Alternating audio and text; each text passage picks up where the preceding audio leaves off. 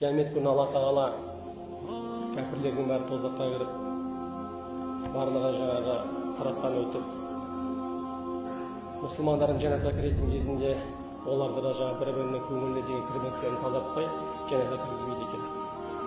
Сондай жүрегінде бір-біріне кірбіңдігі бар екі мұсылманды Алла Тағала алдына тізерлетіп отырғызып қояды. Содан анау айтады қасындағы бауырына: Раббым, мына бауырым кезінде маған әділетсіздік істеп қойып еді дейді. Сонда бұл келіп тұрған адам бірінші емес екен, ең соңғысы екен. Оға дейін жаңа мұсылманның барлық салиқалы амалдарын алып кеткен. Раббым, маған әділетсіз істеп қойып еді дейді. Салиқалы амалдардан берсін дейді. Сонда оның ешқандай салиқалы амалы жоқ.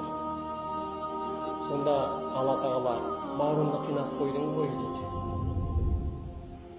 Оның амалдары жоқ саған беретін дейді. Ендеше мені күнәларым жүктесін дейді. Ана жағдай қияметтің ауыртпасы соншалық шешілейін деп тұрған жоқ. Сонда Алла Тағала жәннатты ашып жібереді дейді. Қане басыңды көтерші дейді жаңағы талап етіп тұрған мұсылманға. Жәннатты көргенде есі кетеді екен.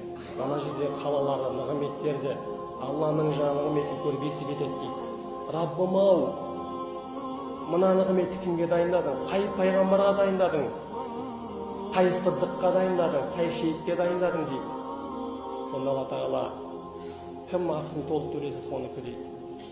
Раббым-ау, бұның ақысын кім төлей алады? Кім төлей алады дейді. Сен дейді. Раббым дейді, мен өз басым өзім әлек болып тұрмын, өз жағдайым өзім шеше алмай тұрмын ғой, мен қалай төлеймін дейді.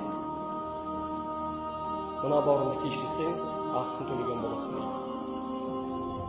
Осы хадисті пайғамбарымыз жылап тұрып айтқан: кешірдім Раббым, кешірдім Раббым, кешірдім Раббым дейді. Сонда Алла Тағала ана бауырымды қолынан ұстады, жәннатқа бірге кіріңдер дейді. Сонда пайғамбарымыз осы хадисті жылап тұрып айтады: сендерге не болды? Қиямет күні Раббыларың сендердің араларың жарастырып жатыр. Дүниеде бір-бірімен жараспайтындай. Екі мұсылманды Алла Тағала татуластырып жатқанда сендерге не болды? Дүниеде татуласпайтындай.